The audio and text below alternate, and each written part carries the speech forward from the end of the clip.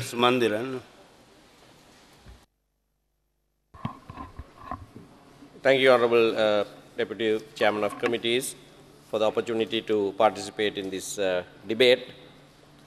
Two orders have been made under the Strategic Development Projects Act by the Honorable Minister for Investment Promotion, published in the Gazette Extraordinary 1847/36 and 1847/37, and have been placed for approval before this Parliament.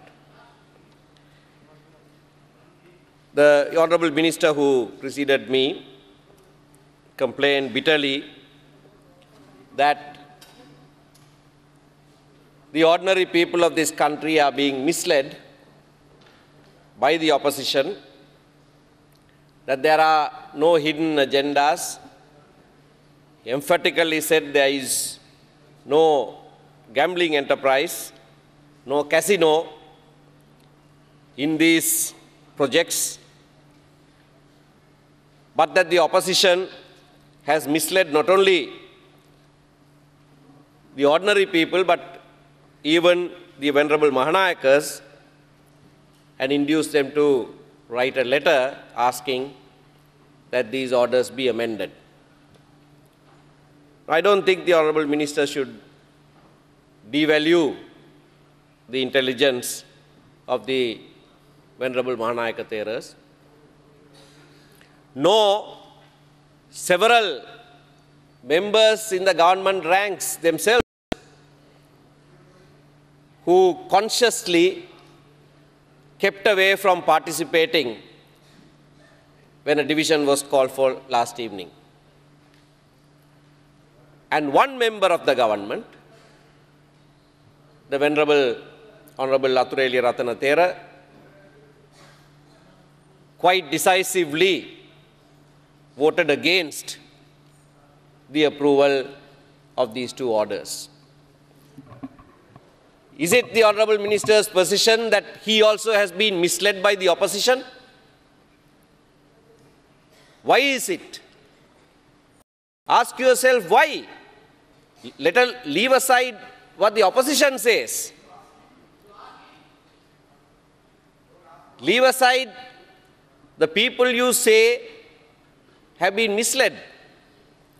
Are you not able to convince even members in your ranks, members who support every other effort of the government? You are unable to convince them that this does not include a gambling enterprise. Now, this is what the orders say. The above strategic development project shall be called and known as Project to Establish and Operate an Integrated Super Luxury Tourist Resort Facility, which includes high-end shopping malls and high-quality residencies and office spaces, stroke service spaces. What services? We don't know. With associated facilities. With associated facilities. Both orders have those words, service spaces with associated facilities. Now the opposition moved, and the Honorable Karu Jayasuriya moved, that this be very clarified, very clearly, made known to the country. If, as you say, all this anxiety is unfounded, the anxieties of the Honorable, the Venerable Mahanayaka Theras is unfounded. The anxieties of your own government members is unfounded. Why couldn't the orders specifically exclude those enterprises which most intelligent people in this country, including several in your ranks, know to be associated facilities? No. Are the services that you mentioned will occupy those service spaces in these two projects? And that is why For the first time, perhaps, there have been so many abstentions from the government and even a vote against. This country has a rich tradition.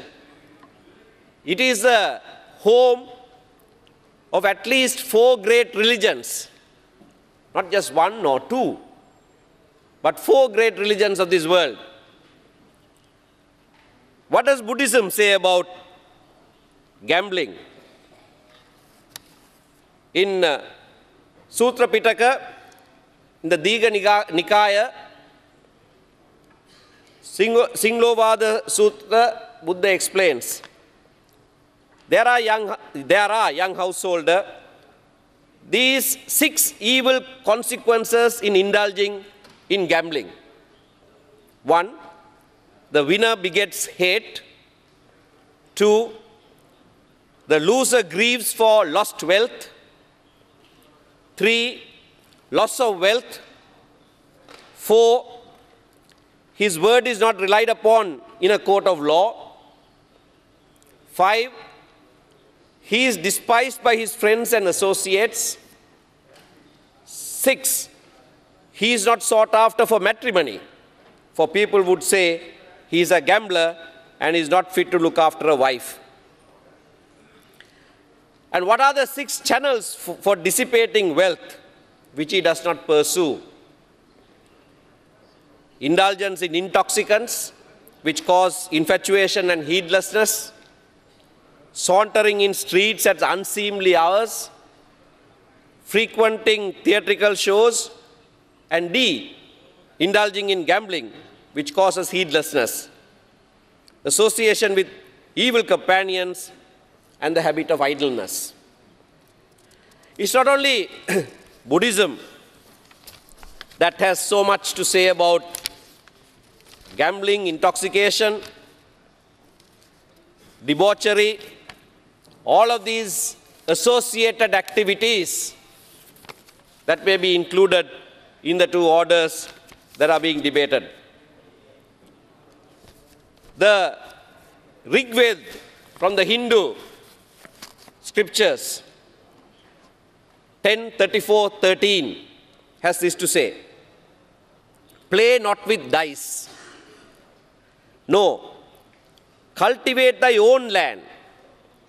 Enjoy the gain and deem that wealth sufficient. It says don't play with the dice. You work with your own hand. Earn that wealth. Deem it sufficient. The Bhagavad Gita, which arose from the epic Mahabharata, that whole epic is founded on how kingdoms were lost as a result of gambling. Not only the kingdom, but even their wife was pawned and lost. And it led to this great war that resulted in brothers killing each other. Take the other religious scriptures. The Quran, chapter 5, verses 90 and 91.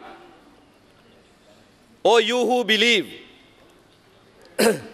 intoxicants and altars of idols and the games of chance are abominations of the devil. You shall avoid them, that you may succeed. The devil wants to provoke animosity and hatred among you through intoxicants and gambling, and to distract you from remembering God and from obscuring the contact prayers. Will you then refrain? I'm glad at least the Sri Lanka Muslim Congress has desisted from voting for these orders and stayed away. But they should have had the guts to come into the chamber and cast their vote against this, as did the Venerable Honorable Athureli Ratanathera. Bold he was yesterday, stood by his principles, understood his scriptures, understood the injunctions of his religion, and was willing to be counted even as one person in the midst of so many. And I'm saddened that Sri Lanka Muslim Congress does not have the spine to stand for what they believe, to stand for their own scripture. I referred to 3 religious teachings. I'm a Christian. We abhor gambling. We are taught not to participate in games of chance, that we must work with our hands, that we must do an honest job of work and earn a living only out of the sweat of our brow, not engage in games of chance. It's not only that. A recent study done by even the irreligious can take this to heart. A recent study done by Professor John Vettel of the University of Buffalo Research Institute on addiction shows clearly that gambling is the second most destructive addiction after drug addiction. And casino habits is the third biggest reason for family breakdown. We see this all the time. How families go to ruin when the breadwinner earns a little money and gambles it away. A gambler never wins. It's a myth. It's a myth that, that through gambling you can win.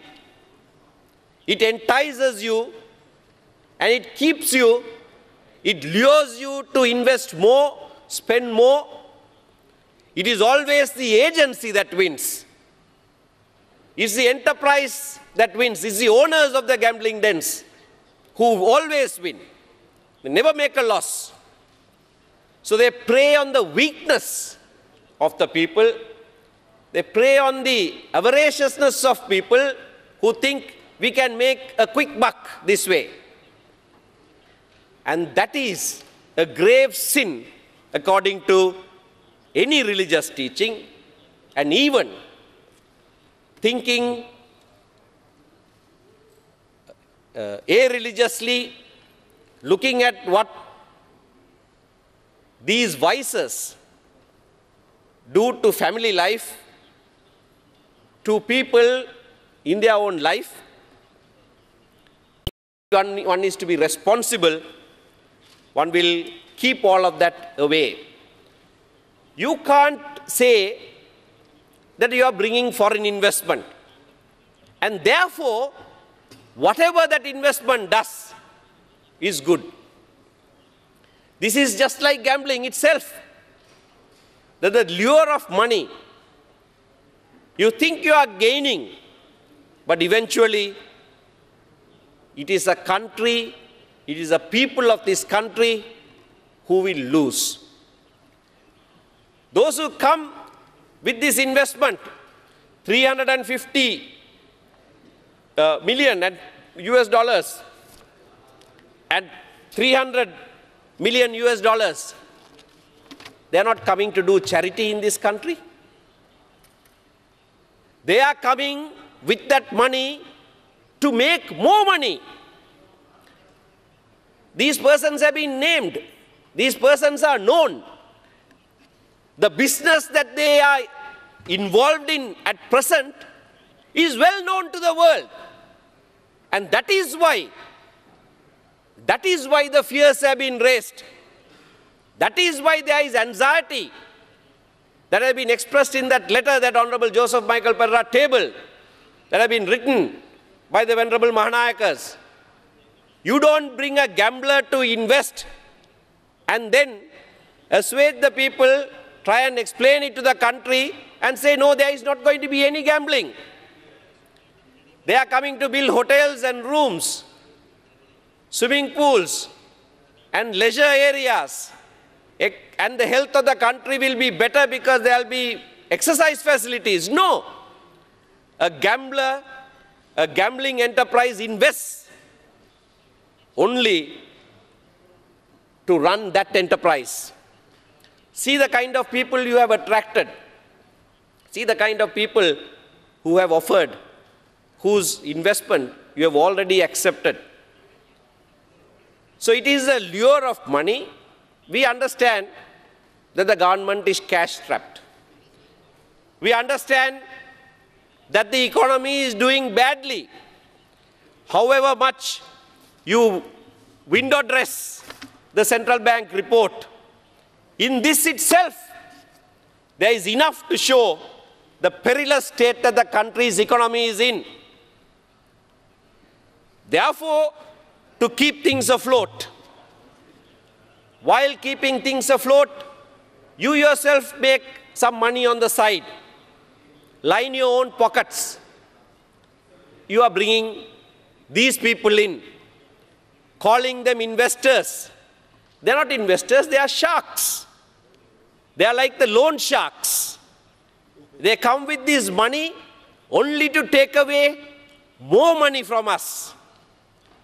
And this is the danger that has very clearly been realized by all right-thinking people, by the religious sector, all the religions, by people in your own ranks. Unfortunately, except one, others did not have the backbone to speak against it and vote against it. They're merely hanging around outside in the lobby. But that will change. If you see how the voting has been in the last 4 years, on bills, on orders that have been placed before this House, how at the beginning, take the 18th Amendment for an example, everybody voted. Not one person could move. To the time the impeachment of the Chief Justice, when there were abstentions from the government ranks. And yesterday we saw the most welcome spectacle of more than 60 people abstaining effectively by staying away, and one person actually voting against. Honorable Sumanthiran now. Therefore, please see the writing on the wall. If you go on in this way, working against the interests of the country, working against the cultural traditions, the religious underpinnings of this country, very soon you'll be out of the door. Thank you very much. Thank you very much.